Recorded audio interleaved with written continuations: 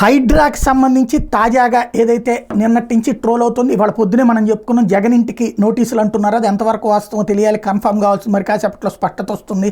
హైడ్రా ఇస్తే కనుక అది తప్పే అవుతుంది వీళ్ళు చేసింది అన్నటువంటిది. అదే సందర్భంలో అది కాదు, అది కేవలం వాటర్కి సంబంధించి ఇచ్చారు అన్నటువంటిది ఆ తర్వాత మనకు వచ్చినటువంటి ఇన్ఫర్మేషన్ కూడా మనం చెప్పుకున్నాం. అయితే తాజాగా ఈ చెరువుల్లో కబ్జాలకి సంబంధించినటువంటి దాంట్లో మరొక కీలకమైనటువంటి అడుగు పడింది.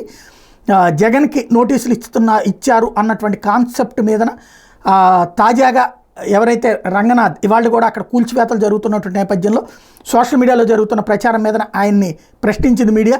వైఎస్ జగన్మోహన్ రెడ్డికి హైడ్రా అసలు ఎట్లాంటి నోటీసులు ఇవ్వలేదని ఆయన క్లారిటీ ఇచ్చారు.